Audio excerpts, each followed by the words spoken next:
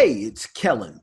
And today, you guys, I'm bringing you the game. You're going to get some legal game, some writing game, some film game. You know, I just came from the NATPE, NATPE 2020 in Miami. And this is the first gentleman that I had met. Somebody with me was saying, is that Curry's brother? I said, no, he's an attorney, James Logan Esquire. He is from the Bay Area, Berkeley High to San Francisco, Community College Air Force. I think I saw there, and Pepperdine certified. But James, welcome to the show. Thank you. Thank you for having me. I really appreciate you, Kellen. Man, I appreciate you. And it's, I always say, man, it's God working through me when I'm going to these things, because it's a natural thing for me. And you are the first person that I talked to. I just had come straight from the airport to get the opening remarks. And you said, okay, I work for a major entertainment company, and you guys, it's one of the biggest, one of the best known. But you also are a writer and a filmmaker. Tell us, a little introduction about yourself. And I got more questions after that. Definitely. I appreciate you. So I was born in Los Angeles. I'm actually from Compton, from South Central to be exact, 91st in Normandy. And, my family, my mother raised my two older brothers and myself. And at a young age, we moved to Washington State. And from there, we moved to Oakland. So I kind of identify with Oakland, as where I spent my formative years. I went to Berkeley High, as you mentioned, and it was really sports, playing sports growing up that kind of got me back on the right track. So I remember a story that I can't imagine a time or a life, not having something, an outlet, basically, and so. I remember a time when I had, a 1.4 GPA in high school, and I had to make the decision, do I want to work hard for myself now or work hard for somebody else later? So that kind of it was a catalyst for me to really, pick myself up by my bootstraps. And so from there, I decided to start playing sports. I had stopped playing basketball and football. And so I started playing football again in high school at Berkeley High, and started running track again. And then, I graduated, and I remember my high school counselor told me, she said, don't even apply to any good schools because your grades aren't good enough. And so, thinking back, at a 18-year-old me or 17-year-old me about to graduate, it takes a lot of willpower. It takes a lot of individuality and being willing to go against the grain to kind of block out, some of the things that I had been told. And so I applied to as many schools as I could from the fee waiver, as many schools as I could fit on my fee waiver. And I ended up going to San Jose State. So from San Jose State, I had the opportunity to pledge a great fraternity, Kappa Alpha Psi Fraternity Incorporated. That was amazing. And from there, I knew that I took this business law class. And I knew that from that point on, I wanted to practice law. So that was my junior year in college. So before college, I actually had no idea what the next step was. So I'm a first generation college graduate along with my brothers. And so, I thought just going to college was good enough. And I took this business law class, and I was like, whoa, wait a minute, what's this law thing? And, I didn't know any lawyers growing up. So initially I thought that that couldn't be for me. That must be where all the stuffy people hang out with their suits and everything. And so it wasn't until I took this business law class that I realized that their attorneys do a lot of different things And fast forward to today, you know, I know now, you know, what I do now is working in entertainment, right? And so I had no idea that attorneys could be so creative. And so that's really what drew me to the law was the creative aspect. If I could I learned in that business law class that there's an art form to practicing law, right? So I have to be persuasive in how I see things. I have to be able to convince 13 strangers, a jury of 12 or maybe 6, depending on what city and state you're in, and a judge. So that's 13 strangers that, you know, they should see it the way that my client and I see it, right? And so, and there may be 2, 3, 4 sides to the story, depending on how many witnesses. And so really just that was really the catalyst and what opened my eyes that, hey, there is something beyond college. And really that's what, as a community, we should expect from ourselves. And so, you know, I applied to law school and I didn't get into any of the schools that I applied to. And so I remember I had graduated from San Jose State and I moved to Florida for a couple months. And then while I was waiting I had got waitlisted at the University of San Francisco, and that's where I really wanted to go, right? So as I was waiting to hear back from them, now this is May, June, around June time, I moved from Florida to New York, and I was living in Manhattan, waiting to hear the results to see if I had gotten into law school. So this was 2009. This was at the height of the recession. So I remember I had just graduated from college and I had majored in business. I thought if I could major in something that was broad enough, I could basically go anywhere. So 2009, I remember I was applying for jobs in New York, and the only thing I could find was selling shoes at a shoe store on 72nd and Lex. It's called Orva. It might still be there in Manhattan, right? So there I was. I had one suit, and it was the same suit that I had worn at my brother's wedding, you know, years before. And I had one pair of dress shoes, but best believe I rocked those things like none other. So, Yes. you know, so yeah, I mean, that was really where I grinded my teeth, right? So as I was waiting for I didn't hear back from USF until about August, actually. So, So yeah, they had me on the limb right until, you know, that semester basically started. And so I didn't get in. So I remember telling myself, you know, this is really an opportunity, right? So it's kind of one of my mottos now is with failure, I succeed, right? So basically I took that as an opportunity to really revamp myself, right? So here I go from, you know, barely making it in New York. I was living with my cousin and we were surviving off oatmeal and water. That was my diet. We had just enough for oatmeal and water. Every now and then, you know, I had enough to maybe save up for a Subway sandwich. And this was back in the time when, you know, I was still paying off my credit card bill. I used to buy books on my credit card, and that's how I was working 2 jobs, you know, so while I was in school for undergrad. So, you know, really just humbly making my way through New York.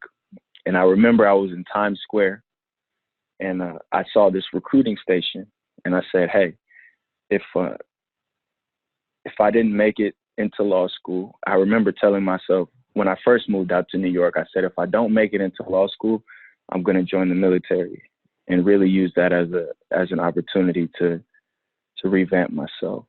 And so when I heard the news in August that I didn't get into the University of San Francisco, then I marched myself straight down to Times Square, 42nd, and walked right into the recruiting station and told him, hey, I want to join the Air Force.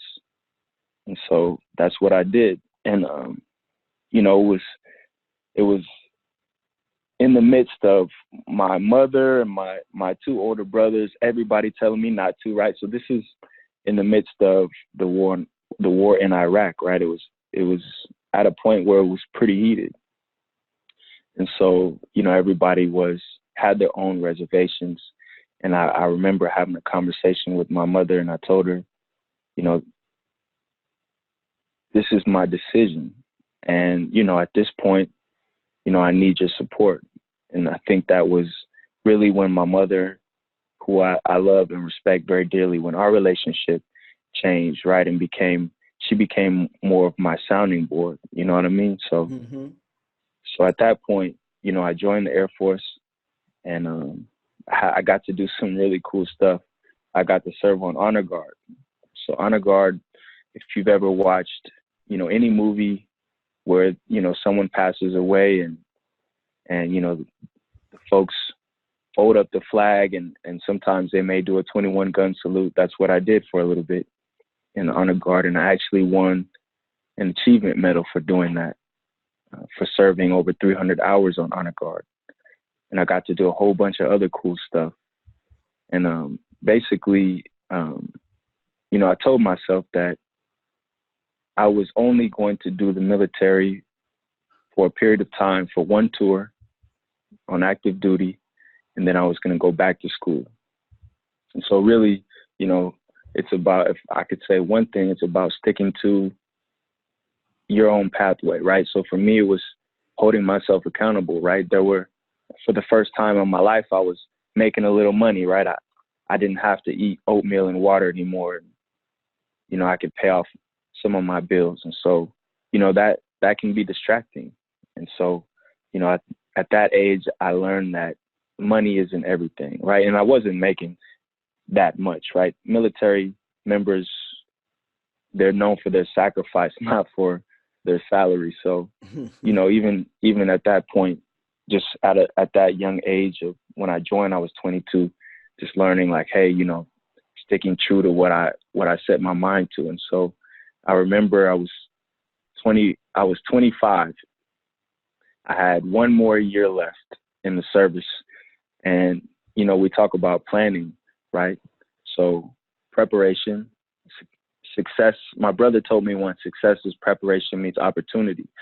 So I vowed to myself that this time would be different. So this time I started applying for law school a year early, right? I had my plan, and I took the LSAT, and I was studying. I remember on, nights and weekends, I was studying and, preparing my application materials when other people were out partying. So we talk about sacrifice, and those are some of the things that ring true no matter what profession you're in, whether you play ball or whether you're in the profession of medicine or law, or even the profession of providing services, whether it be a makeup artist or an electrician or whatever it is that one chooses to do. It's important to hold oneself accountable and work on the craft even when no one is watching, right? So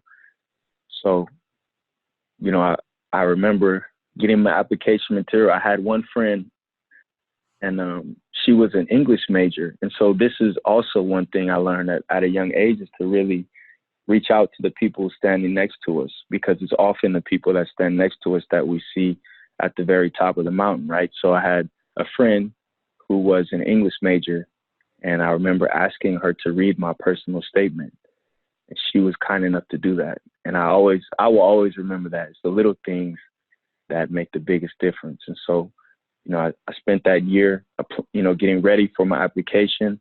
And I remember I charted out when all the applications would open up, and this time would be different, right? So I remember I had all my applications ready for the very first day of applications when the school opened it up. So basically, say the school, USF, opened up applications on September 1st. So I remember on, the day before, August 30th, I remember at 11:59, I was waiting for the clock to strike 12 so that I could submit my application. And I really think that, I was being prepared for that opportunity, right? Even though it may have seemed like, oh, I got to do all this work again, just being ready for that. the struggle is actually an opportunity, right? That not everyone has. So, that was really another catalyst for me. And I remember I got into school this time, and that was really a game changer. I was stationed in Fairfield Air Force Base, in Fairfield at Travis Air Force Base. And I remember thinking to myself, like, thank you, God. Thank you for blessing me with this opportunity to finally live my dream, right? And I was rusty. I had been out of school for 4 years serving on active duty. So really, when I got to law school, I really treated it like a job. I would study, and, when I was studying, my phone was away, right? And I remember that was back when Instagram first came out, right? And I remember I deleted my Instagram because I knew that would be a distraction for me, and I deleted my Facebook. So these are some of the things that I knew that I had to do, right? It's different for everybody, but it's really about setting myself up, or setting oneself up to succeed, right? And really being able to block out and focus, But block out. let me interject real quick, because Definitely. when I did my research on this interview, I looked at your resume and on LinkedIn, and never on a resume do we say the worst things about us. I like to put every job, and I noticed the things that you put on there, you like to list, but I like to do that for myself, not for anybody else. And you and I had so many things in common. But I said, oh, he worked at the Contra Costa County too. I've never met another person, in life outside of working for the county. You are definitely doing something more highbrow than me, but not at all. Every job is important. Yeah. That. But that job alone was something that my mother had got me to be a student worker and work in diagnostic imaging and whatnot. And I was looking at the similarities, but when you had talked about the one thing we would not have known about each other, but there is sometimes a connection, the GPAs. Now, I've never also met another person who got a worse GPA than me. I graduated with a 1.9 at a Northgate. I graduated out of Clayton because I went to Northgate, then I went to Clayton. And my GPA was terrible. My 40 was fast, so I was able to go to college. And can you talk about, for those, and I'm thinking about that 14-year-old to 17-year-old, and I'm going to say male, but it could be female too, who's struggling with school, who the counselors told me the same thing, but it was a mother who told me, you can go where you want, and I'm going to make sure you get in somewhere. But how do you get the confidence, or what are you telling yourself, if you can remember, I got this bad GPA, it's my fault, and now they're telling me I can't even go anywhere, like DVC or Laney is probably what, the best options, because a lot of people did not get out of that. And we know those people who are still stuck trying to get that AA, and they're 30, right. 40 years old. So what was your mindset with the terrible GPA? What did you tell yourself, and how did you get into a school? Right. Yeah, that's a great question. And for those who are not familiar with the Bay, Laney is a community college, right? So, I feel that a lot of certain communities are pushed towards community college often, right? And so I actually got my associate's degree after I got my bachelor's. I got my associate's degree in the Air Force, and, as a part of my training, right? So it was not, to me, an associate was not an option. So it really started with holding myself accountable, right? So at the very core, I had to really take a look at myself and what I was doing to contribute to my destiny, right? And so everything I hoped and wished and wanted to be was just a figment of my imagination if I did not ensure that I made it happen, right? And I don't mean I, in the sense of alone, right? It does take a team and a village. So I don't by any means want to make light of the fact that my mother was patient with me, right? Even when sometimes she didn't want to be. And even though my brothers had moved out the house, at a young age, they're both a lot older than me, 10 and 12 years older than me, they still would check in from time to time, right? So really at that age, what I would say for young folks or just anyone in general who may feel defeated or who may feel like they are in less than desirable circumstances, I would say really, I can only speak for myself, right? I can teach by telling my story. For me, having been in a similar situation, I would say that I had to take accountability. So the reason why I didn't listen to my college counselor and I actually never told my mother this story, right? I didn't tell anybody this. It was not until I had graduated from law school and I just happened to be walking with a friend and I just happened to share, hey, and that was the first person I had told in decades, right? So really the reason why I didn't listen, though, to get back on my point, was that I realized that my GPA, my 1.4 GPA, was a result of my actions. It was a result of my decisions. And I was literally telling somebody this afternoon at lunch that once I took accountability that my GPA was a result of my own actions, I realized that conversely, on the other end, if I want my GPA to be better, if I want the things that I want, if I want to go, for me, it was playing ball, right? So I really wanted to play football in college, right? And I knew that if I went to a JC, that my body, so I'm thinking practically, let's say I have however many years that my body would let me play football, right? Taking into account potential injuries, I knew that I did not want to waste my time or my body trying to play football at a community college that may or may not even have a football team, right? So I knew that if I wanted to play ball, I needed to go to a D1 school. And so that's what I did. I went to San Jose State, right? But to back up a little bit, I knew that to get to San Jose State, that I had to be accountable for my own grades. So and I knew that your grades. So you got a 1.4. What did you graduate with? So that was my sophomore year. I had a 1.4, mm-hmm. and I was actually 15 when I made that decision, and when I graduated, so the GPA is, a lot of people get confused with GPA, right? So GPA is important. It's very important because it gets you in the door for certain opportunities. And at the end of the day, it also does not define you, right? It's one person's, a professor, a teacher's snapshot view of how they think you performed on a certain test or on a certain assignment, but it doesn't define you. It didn't define me. So I had to make that realization that although I had a 1.4 my sophomore year, that I had 2 more years, right? That was at the end of my sophomore year. I had a junior and senior year to decide what I wanted to do with my life.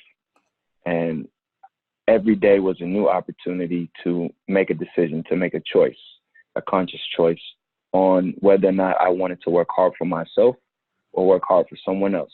And I think we all know what that means, right? Okay, so you flipped it. You flipped it and you raised it because what I was saying, and that's a beautiful thing. When I graduated, that's what it was. Like I had every waiver, right? But tell me, once you get into college, and I tell all the young people this when speaking, college is a whole different beast that you get to study what you want, especially the California system where you only learn that you were a slave and this and that, and you learn everything about everything except Mansa Musa, except anything that looks like you, and even Jesus. Oh my gosh, I could go deep into that, but I only have James for so long. So I'm gonna pivot. And I'm going to pivot into, you are an entertainment lawyer. And in all full disclosure, I think that you are like my younger clone, just by a few years. That I wanted to be a Kappa until I went to Grambling. All right. I wanted to be a Kappa and shout yo yo until I went to Grambling, and there were some things and some people in the Kappa that we just coming from the town, coming from the Bay. Yeah. I can't kick it with you like that. It's some things I Okay. can't get down with. And they were suspended for most of my part of being there. And by the time I was the man, but I also wanted to be, and I still fathom and think about and plan on going to law school. But people always ask me why. And I say, it's a childhood dream, but I always did terrible on standardized testing. I could be dyslexic, high functioning, but I could be. But when you got your law degree and you start working, I want to know, how did you get the job with Sony? And then was it oh shoot. It's quite all right. It's all right. And how do you maintain and was it everything you thought it was going to be? Because I think a lot of folks say, I want to be a lawyer, I want to be a doctor, but they don't necessarily, once you get there, it's like, this ain't all that it's cracked up to be. And I'm married to one and my brother-in-law is the other. And people are like, gosh, I don't know if this is it. So if you could, talk about that once you get to your goal and you're doing something in entertainment law that at 13, 14, 15, people say that's what they want to do, but they can't always get there. Give us that. Is it all that it's what you imagined, and how did you get the job? Yeah, I mean, so it's really, before I even get there, I definitely have to back up a little bit and tell you that that every success is just an opportunity to reset your sights on what's important. It's an opportunity to set your sights on something bigger, right? So, an example would be, we had a legend recently pass away. It's really unfortunate. Oh yeah. And to put that into perspective, to put his career into perspective, and I promise I'll bring it back to the point, is that he didn't just aspire to be MVP, right? And when he won MVP, he had to make a decision. Is this enough for me, or do I have another vision for myself, right? And so it's really, to bring it back to your question, is your question was, and correct me if I'm wrong, is it all it's cracked up to be? And to answer that, I have to go back a little bit and say that it's the journey that makes it worth it. Definitely. Yes, it's definitely worth it. And I want to first take another step back and say congratulations to you for making that commitment to go back to school, right? That's an amazing commitment, and it's never too late, and better late than never, right? So congratulations to you for sticking with that. And don't congratulate me too much, because I've done the LSAT a couple, if not a few times, and I look at the LSAT almost like the ACT that I did, again, terrible on, but in school, in college, it was just, you put me in a rural environment where I can just focus. I'm there, and I excelled, and it took my wife to say, hey, you're on the, dean's list or the president. I said, really? Because I never did that until I got to school, and I never even cared about GPA. I just knew that I passed, and where I went, I was able to excel.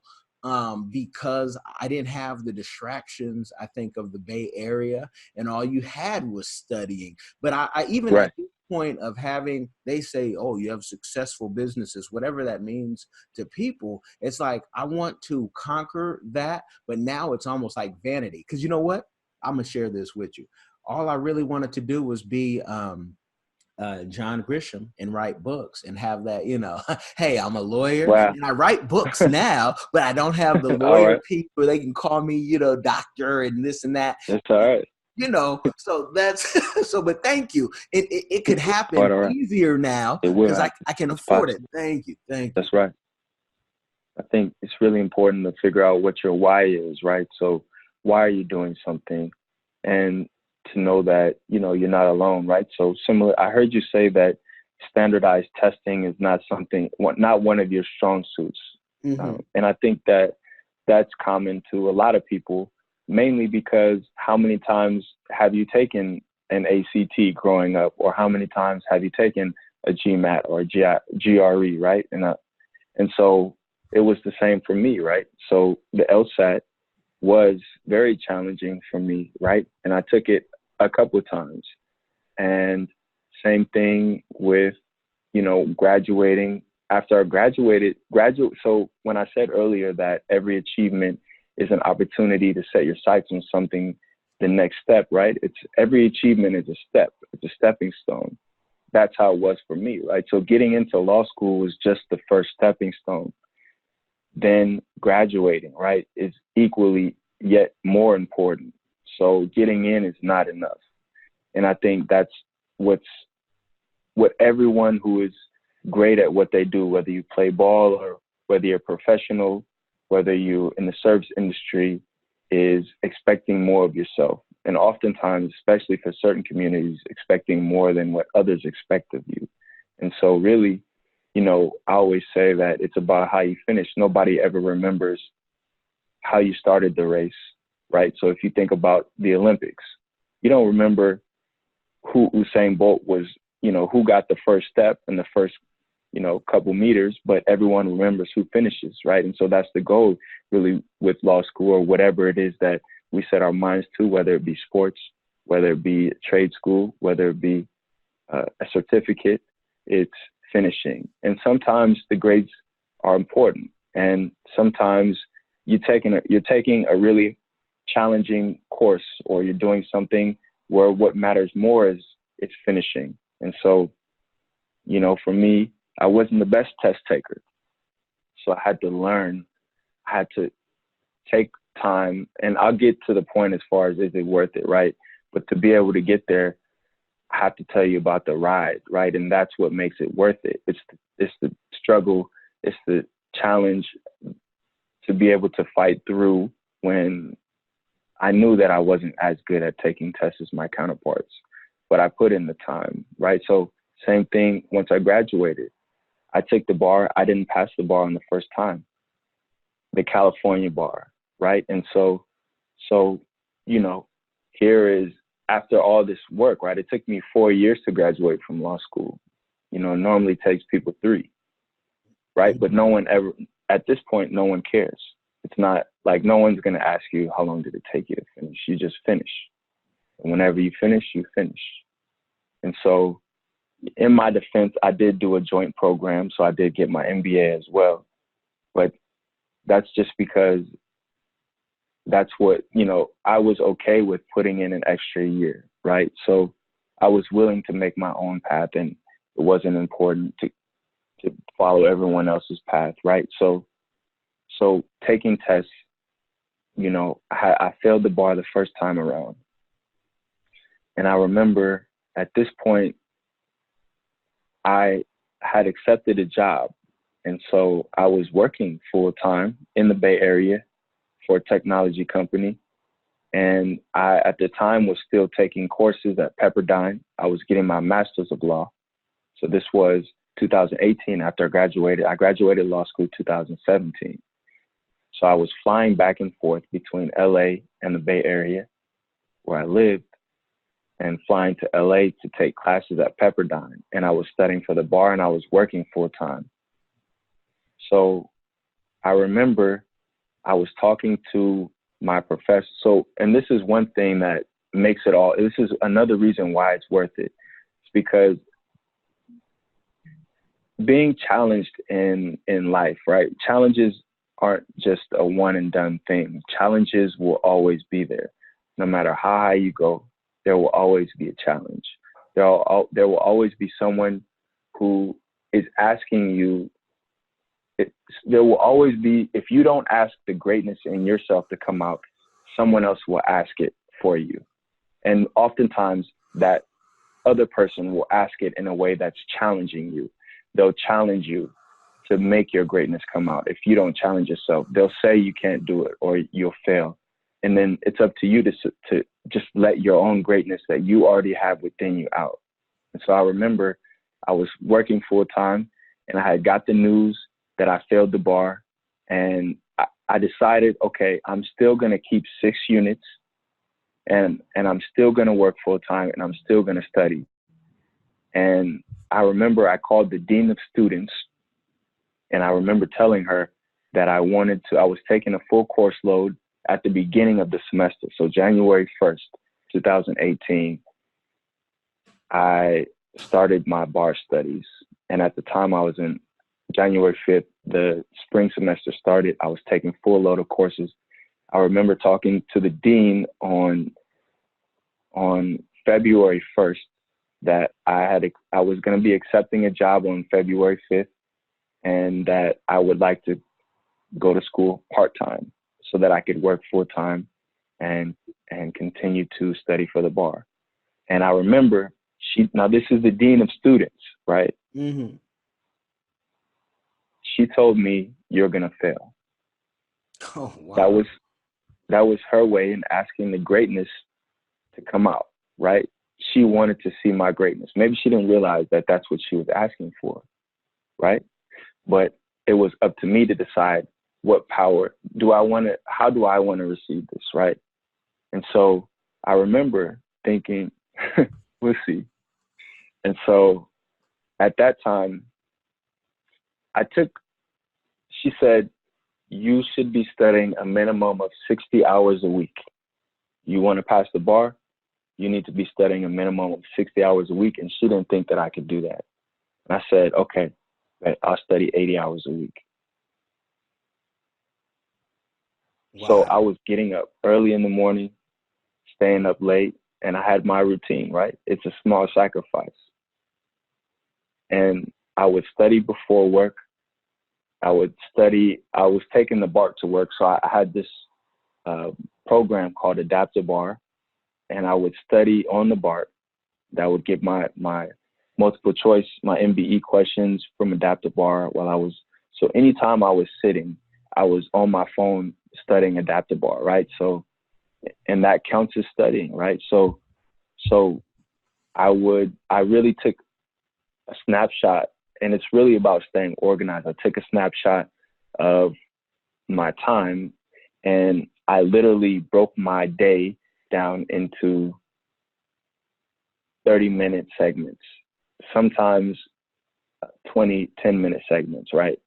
So I had my routine, and really that's where practice makes improvement, right? I heard Les Brown say that, and that's really what it was. And so that's one of the reasons why it's worth it. So when you ask me, is it worth it to do this? It is, because I've been enjoying the ride to get here. And I remember I recently had an opportunity to talk to some recent high school graduates, and I was talking about the statistics, right? So when you think about it, the passage rate for second-time bar takers was 23%, right? So off the top, I didn't know this at the time, right? But this is the odds that were facing me, was 23% for second-time takers. And this is only including the amount of people that actually finished the test, not the amount of people that walked out after the first day. And then when we talk about people of color, right, there were only 300 people of color that took the test that administration. When we talk about people of color who are in a similar situation as there were only 5 people from ABA accredited schools who had retaken the bar. And so Wow. Those percentages were even lower. And so those are the percentages that often face many of us.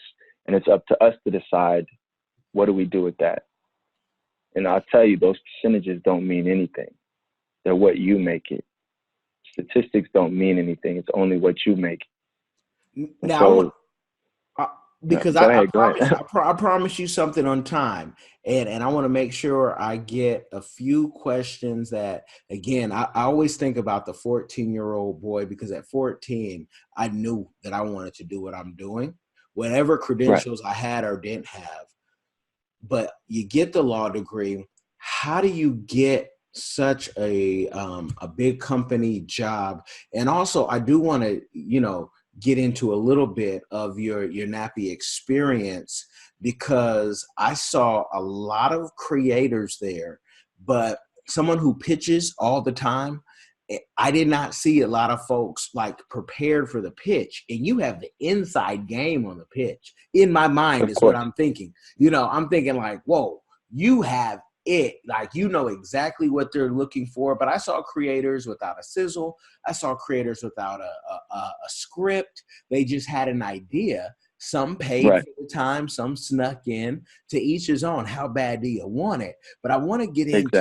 into, how did you get your job? And then when you were at NATPE in Miami for 2020, um, you know, representing yourself as a writer, did you get everything that you wanted to get out of it? Yeah, it's a great question. So my current job, my current job was a blessing. So I had been working at a technology company before, and I knew I had been writing scripts. So I have to back up a little bit. I had been writing scripts, and I knew that, and my scripts had been winning national recognition. In fact, one of my scripts that I co-wrote just won most outstanding program in this past November, right, for a script that I wrote last year. And so I had been writing scripts in the Bay, and I realized that writing was my passion, right? And so I was doing and had been doing all that I could in the Bay Area, and I had been flying back and forth. And so I had to make the decision. I had to make the leap. I could stay at this comfortable job, or I could make that leap of faith and move to LA. And I told, my supervisor and my team were very supportive. I told them, hey, I'm ready to make the move to LA, and they supported me in that. And so I actually, after we had that discussion, I literally packed up my bags that day after work, and I drove down. And I was here in LA without a job, making that. And I would not recommend that for everyone. You have to have a certain level of risk tolerance. And at the same time, I knew that God would work something out for me. And sometimes taking that leap of faith, even though it may seem blind, that God is guiding you, so it's not blind, right? Mm-hmm. We just can't see it yet. And so that's really what happened. I was praying every day. I still pray every day. I keep my spiritual and emotional well-being, and my spiritual and emotional self, I keep that strong. And I was contacted by a recruiter. And that's, it's really about being prepared. I have my resume ready. So for the young folks or anybody who is out there, and best believe I was applying for jobs, right? I was applying for jobs with no luck. But it didn't stop me. I actually set an alarm on my phone, and I set an alarm to go off every day, and it said apply for entertainment jobs. And it actually, I haven't turned it off yet. It still goes off at 8 a.m. every day. So, wow, I should probably change that, but it's really about being consistent, right? And so I was listening to Les Brown talk about, how there's a yes out there somewhere. You just have to find it. And that's very true. Like, it's all about finding the yes. And so, I was contacted, and they say success is preparation meets opportunity. So I was prepared with my resume. I had been editing it this whole time, and really had to take a look and see, okay, what are my strengths? And I heard about this job at Sony, and I said, okay, how can I make my resume resonate? And so, it's really about not just shooting resumes out blindly, but really adapting my resume to show that wait a minute, I do have these skills. Let me emphasize the skills that I know I already have, right? And so it's really a mindset. This is what they're asking for. Yeah, I have done that, you know, and it's really about making sure that I accentuate the skills that I already have. You accentuate the things that are already within you and that you have already been doing. Maybe it was called a different name, but it's already there. And so, and really it's about the relationship.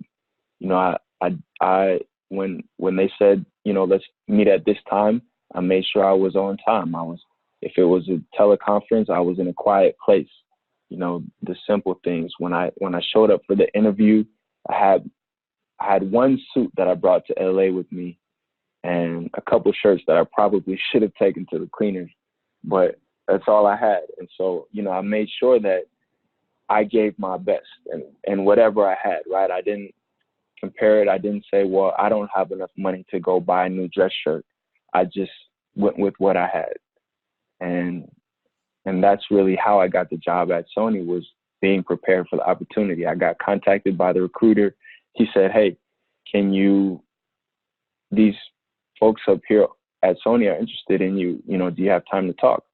And, you know, I was responsive. I responded the same day, right? I didn't sit on it and wait and say, well, is this something that, you know, is this aligned with XYZ? I said, no, I want this opportunity. And really it's about seeing the bigger picture. So we as a writer, that's right. Yeah. Yeah. We preach that because you were prepared all the way. And it's not every story is going to be the Christopher Gardner story, but there are things that in a lot of stories, especially if you don't come from somebody, you could see somebody else doing it. You know, the same shirts. I mean, I was interning on the Hill one time in DC, and it was like the same suit rotation. Like I had two That's suits, right. maybe, and it's just, you know, but you keep everything clean, you keep it fresh. That's right. You know, at one point I was That's traveling 3 hours back and forth to get to the office until I got with another intern, and he's like, "You can stay with me. My aunt got a big house." Wow. But she didn't believe in pesticides, so she had fleas all through that. So now I got to be like, I got to keep my stuff prepared where I don't have fleas on it. And it was a blessing because it was a 20-minute train ride instead of a 3-hour bus and, you know, walk and blah in DC. Wow. And so that's the hustle. And now that you're writing, and that's the thing. And I see where you're going with it. All these situations, you're gathering stories while you build. And now you're ready to write and do filming. What did you think about the NATPE? And were you fully prepared for that? And, you know, I know we can't talk about TV that hasn't already been, you know, signed contract. And right. Of course. That's a no-no. But what did you think about it? I loved it personally, but I want to know what your thoughts were. Yeah, I mean, I heard about the conference because I was listening to Byron Allen podcast. I was listening to him on the Breakfast Club. And I said, hey, and I have to back up a little bit more to tell you how I even heard about NATPE, which was, you know, basically there was crumbs that, you know, I kept hearing Byron Allen talk about this conference, this NATPE conference. He goes every year. And I was just saying, well, if he's talking about it, it might be kind of important, right? He's mentioned it in a few different interviews. And so that's how I heard about it. And, you know, I've been writing, you know, scripts over the last year. I've probably finished about 10 pilots, right? I'm always writing. And I just finished a pilot on Friday. And so, you know, being prepared, yeah, we got that. Like the creativity is there. And really the other side to being prepared is the iceberg. It's what you do when no one's looking, right? That's the bottom of the iceberg. And oftentimes people only see the tip. And so a lot of people see the tip of the iceberg. You know, I did meet people who, you know, had not written a script, or, you know, they were, you know, producers, but hadn't done anything. And so that is the tip of the iceberg. And the rest of the iceberg that is underneath the water, that is, you know, coming prepared, right? So I have, I would highly recommend, taking pitch courses, and that's what I've been doing over the last year. I've been, taking how to pitch courses at UCLA. I've been taking writing courses at UCLA. I've been taking improv comedy writing classes and improv acting classes to help my writing. And these are all the things that I do spend my time and resources on so that I can be ready when I come to a conference that I can pitch. And really has been my experience. It's been great. I got to meet Byron Allen, and wasn't that something when you got to, when I did too. And I said, play it cool. I don't get starstruck, but there's right. people that you respect so much. And I just wanted to know, and it was for a client, not even for myself. Of course. 100 things I could have said for myself, but we've reached out. We are the #1 Black news channel on YouTube. And he gave me the solid, this, that. And I told him, hey, I've emailed them. I need a response though. And he knew who we were. But it was, but you got to meet him, but the feeling. That's right. At some point you say, and some people you're like, man, I met so-and-so, not to take a picture, right? But to make a real connection. And that's what I felt like when I talked to you. It was brief. And I knew I could have talked your ear off and I would have had all these questions. But I said, now this brother is in the zone. I can see it. He's in the zone to get what he wants to get on the throne. But when you got with, to talk with him, how was that meeting? Oh, man, it's great. I would say, something to prepare for is, I would say preparing, and this is to anyone listening, is to prepare for that. Oftentimes we think about those who we admire, and I say a part of being prepared for that opportunity is preparing for when you meet that person, right? So whether it be Byron Allen or Oprah or, Michelle Obama, I would say have that 10-second, what am I going to say to this person ready? Because sometimes that's all you have is 10 seconds to grab their attention, or maybe even less than that. And so, I had the opportunity, and it was really great. You realize that at some point in life, you determine where you are on this playing field of life, right? And you can see people and you can admire them, and at the same time, you are just as valuable. Your opinion, my opinion, they're all just as valuable, right? And so because someone may have gained notoriety, doesn't mean that they're the only person with great ideas and that. And so really, it's really just, just from a place of humility. He was very humble. It was great. Like, you feel like, he's someone that is also very driven, right? And so I think that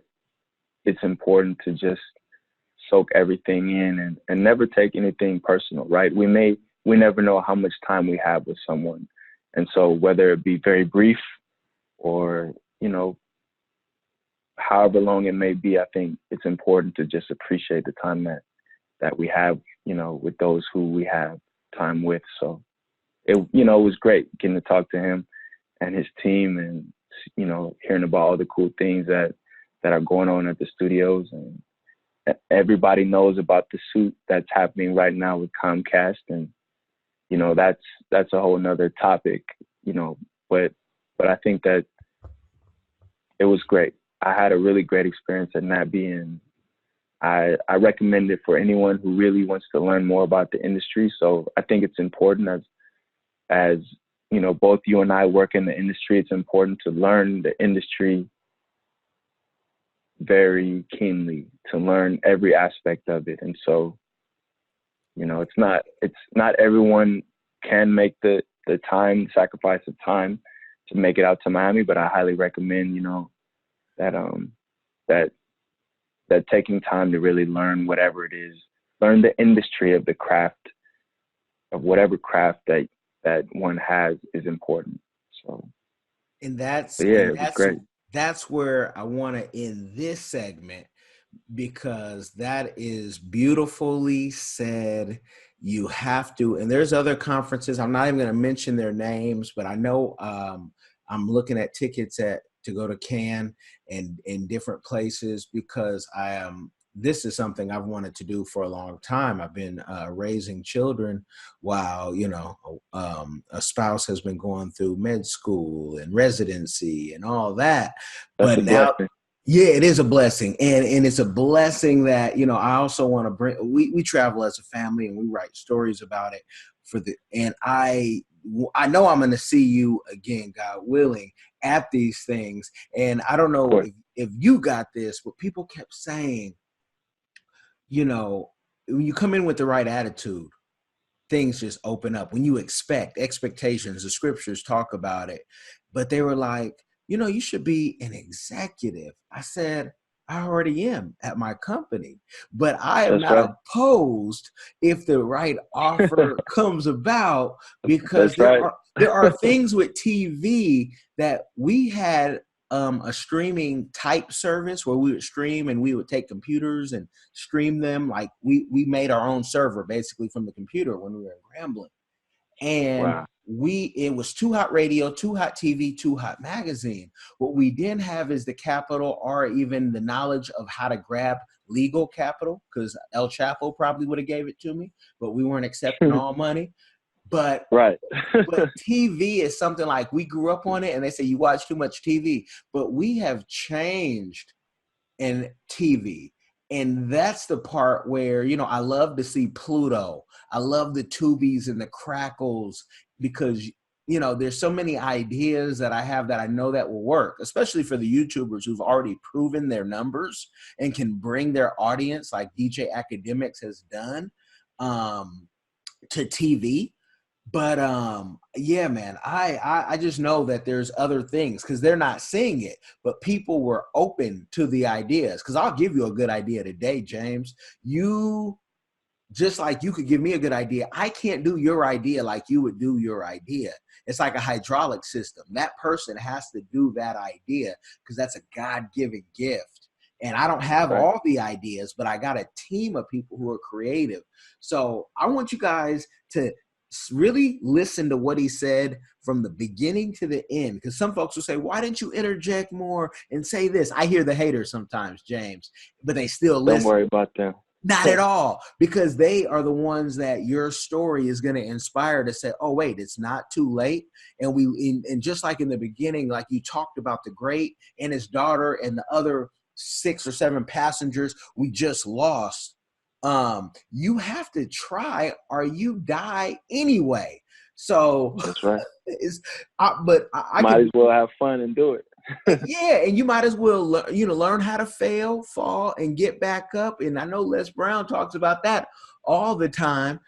And still pushing. We can do this whenever James allows me the time again, because there's so much more we haven't gotten into. But I got to respect his time. I told him I was going to use a certain amount of time. So I appreciate you, brother. And you just tell me when, and it will happen. And, whatever I can do, I'm here for it, God willing. I appreciate you. And thank you for your time. I really appreciate that. Man, you guys have got the game. I hope you're blessed by it. Make sure you like, share, subscribe. James Logan Esq. Please don't hit him up unless you want to talk official business. Unless, James, you say you're a bachelor looking for, the right woman, of course. The right woman. I'm gonna try to send them to Africa somewhere and say, hey, I need to go.